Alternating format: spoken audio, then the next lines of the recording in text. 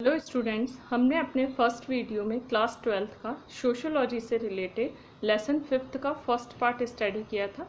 अब हम उसका रेस्ट पार्ट और फाइनल पार्ट स्टडी करेंगे अपनी सेकंड क्लास में, क्लास 12th सोशियोलॉजी से रिलेटेड लेसन 5th। हमारा टॉपिक आ जाता है कि वेस्टर्नाइजेशन का सोशल इम्पैक्ट क्या हुआ था। वेस्टर्नाइजेशन से सोशल ही इम्पैक्ट क्या हुआ था। Westernisation gave the rise to a new class in the society. Westernisation से एक नए ग्रुप का इमर्जेंस हुआ था, एक नया ग्रुप राइज हुआ था। ग्रुप का नेम है एलाइट क्लास। एलाइट क्लास मतलब है वेल रिस्पेक्टेड पीपल और स्पेशल प्रिविलेजेस पीपल।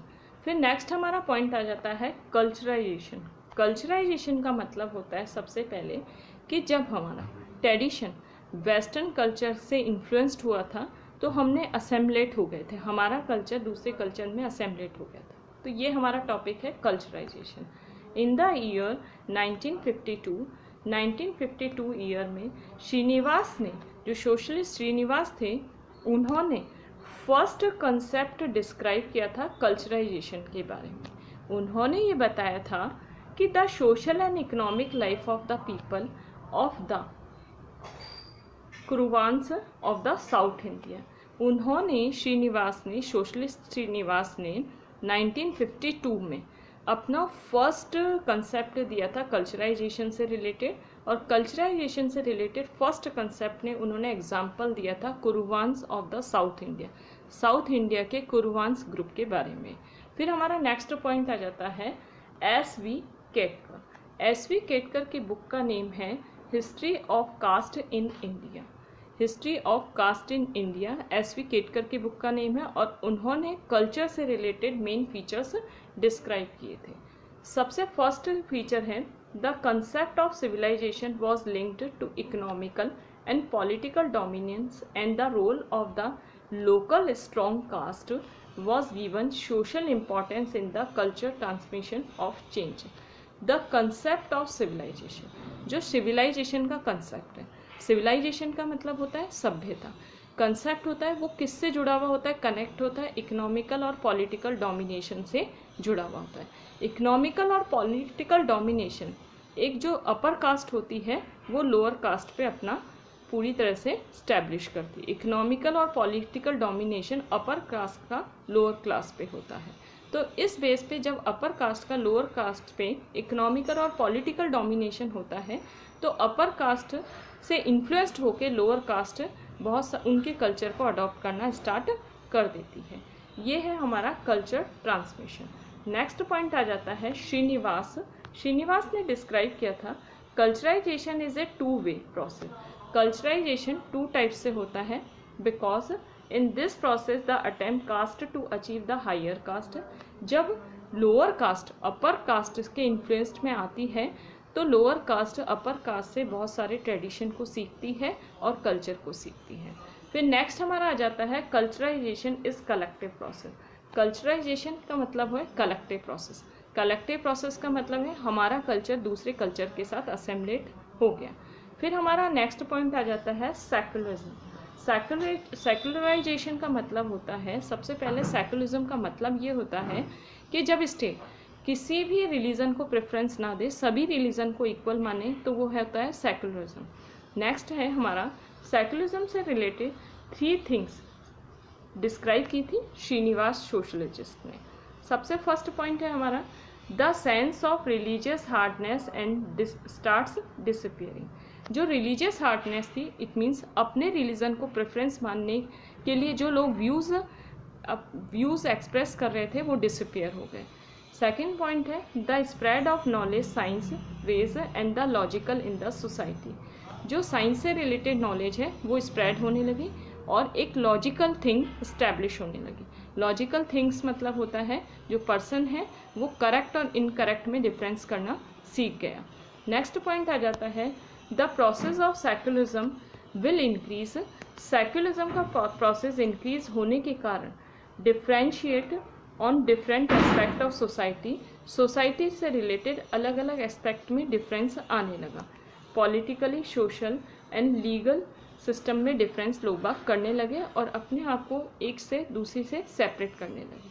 फिर नेक्स्ट पॉइंट आ जाता है the causes of the secularization in India. India में जो सेकुलराइजेशन के कॉजेज हैं, सबसे फर्स्ट हमारा पॉइंट है सोशल एंड रिलीजियस मूवमेंट। जब सेकुलरिज्म आया था तो कई सोशल और रिलीजियस मूवमेंट स्टार्ट हुए थे। सोशल और रिलीजियस मूवमेंट इट मीन्स है जैसे कि अंजुमन ख्वातिम इस्लाम, इस्लाम से रिलेटेड था, और आर्य समाज और ब्रह्म समाज। फिर है वेस्टर्नाइजेशन। नेक्स्ट हमारा आ जाता है lack of religious organisation. Religious organisation destroy होने लगी, क्योंकि सेक्युलरिज्म का मतलब ही ये होता है कि सभी रिलीजन को इक्वल मानना, इसलिए कोई भी रिलीजन ऑर्गेनाइजेशन एस्टेब्लिश नहीं हुई। अर्बनाइजेशन, लोग एक जगह से दूसरी जगह जाने लगे, इट मीन्स रूरल एरिया से अर्बन एरियाज में जाने लगे। फिर है हमारा advance in the communication channel of traffic. Communication medium है उसमें एडवांसमेंट आने लगा, नई नई टेक्नोलॉजी आने लगी। नेक्स्ट है the emergence of middle class. Middle class group का इमरजेंस होने लगा, इट मीन्स रोज होने लगा। फिर हमारा the impact of secularism in Indian society. Indian society का सेकुलरिज्म पे क्या इम्पैक्ट हुआ, ये श्रीनिवास ने अपनी बुक में बताया है, social change in modern India. Modern India में क्या क्या सोशल चेंज हुए।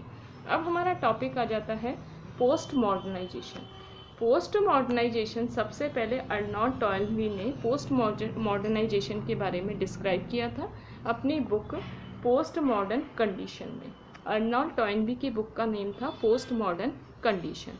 नेक्स्ट है हमारा डेविड हार्वे की बुक का नाम है condition of post modernity, some features of symptoms. David Harvey ने अपनी book condition of post modernity में स्पेशल फीचर्स बताए हैं पोस्ट मॉडर्नाइजेशन के। डेविड हार्वे ने अपनी book condition of post modernity में स्पेशल फीचर्स बताए हैं पोस्ट मॉडर्नाइजेशन। सबसे फर्स्ट है post modernisation combines economic, social और पॉलिटिकल प्रोसेस। पोस्ट मॉडर्नाइजेशन में इकोनॉमिकल, सोशल और पॉलिटिकल प्रोसेस की कंबाइन फॉर्म होती है। नेक्स्ट हमारा आ जाता है it's expression is visible in different style of life such as literature and philosophy.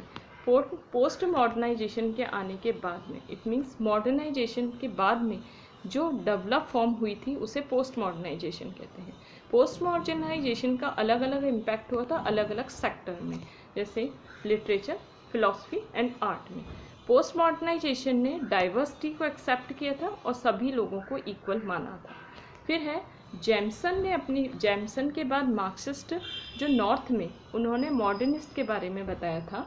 A major phase of capitalist development is the culture of the post modernization. Post modernisation के आने के कारण कैपिटलिस्ट का development होने लगा। Capitalist का means है सभी लोग इंडिविजुअलिस्ट राइट्स को प्रेफरेंस देने लगे। फिर है मोरे जो कि एक सोशलिस्ट थिंकर्स थे, उन्होंने बुक लिखी थी सोशल चेंज, उनके बारे में है। लर्नर्स की बुक का नाम है the passing of traditional society. Passing of traditional society में लर्नर ने पोस्ट मॉडर्नाइजेशन के कुछ स्पेशल फीचर्स बताए हैं।